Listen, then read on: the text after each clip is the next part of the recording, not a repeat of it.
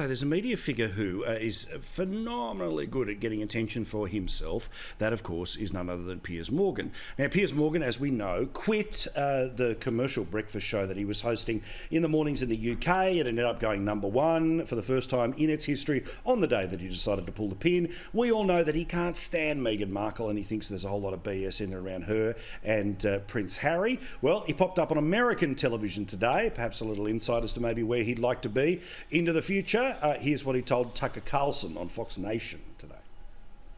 I was under attack from Ms Markle, both directly to my boss and to the government regulatory body, under attack to basically conform to her version of events.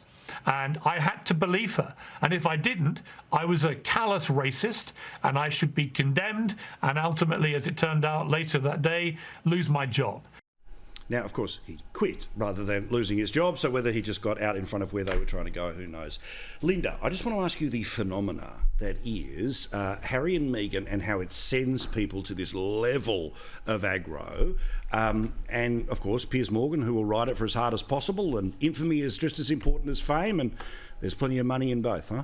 It's a huge story, isn't it? I mean, the whole Harry and Meghan thing is just extraordinary. And the number of people you come across who, be they devout monarchists or absolutely fervent Republicans, still click on these stories and they read them and they want to know everything about them and everything that's in them. So, you know, Piers Morgan is absolutely riding the media wave and no doubt will become even more famous as a result. And this is the great risk, right? And also the great, I guess, insanity of Harry and Meghan asking for privacy, yet continuing to do quite a lot of, you know, interviews in their own just telling media. fibs about small things like when they actually got married. Yeah, just little grey areas. You know, important detail. But look, whether you sort of support them or don't, and people do tend to be pretty polarised, the fact is that they continue to attract a huge amount of attention, and that is then going to continue to attract people like Piers Morgan and others who want to ride the wave of popularity.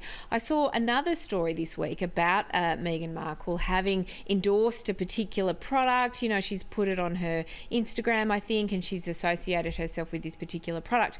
And now there's a cause come out and said, look, they may be using slave labour, and used it to shine a spotlight on the issues of slave labour. So I think it's interesting. I think whatever she does, people are going to try and jump on board to bring a spotlight to their particular cause or business or media career, and they're not going to get away with that for a very long time. Yeah.